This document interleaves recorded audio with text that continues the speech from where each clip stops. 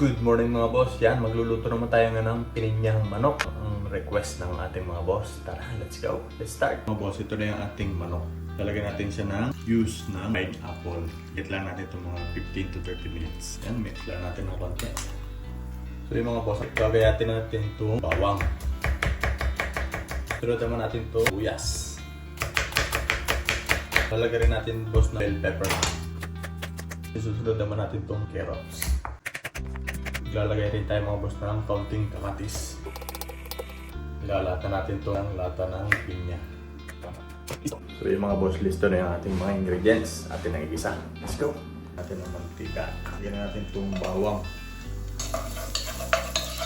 Sunod na natin itong sibuyas. Pwede natin ilagay itong ating kamatis. Tapos yung ating manok na minarinate. Lagyan na natin. Kailangan natin maluto yung kabiyak, tapos saka natin balik rin maya-maya. So yun mga boss, atin ang babalik rin ito. Manok.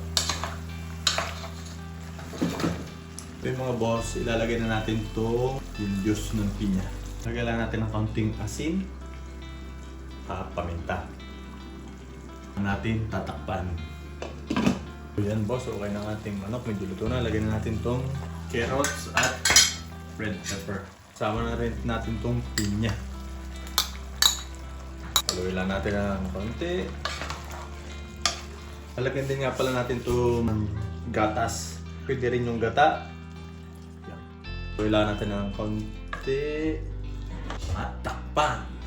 Yan mga boss, okay na ang ating pininyahang manok. So mga boss, ready na ang ating pininyahang manok.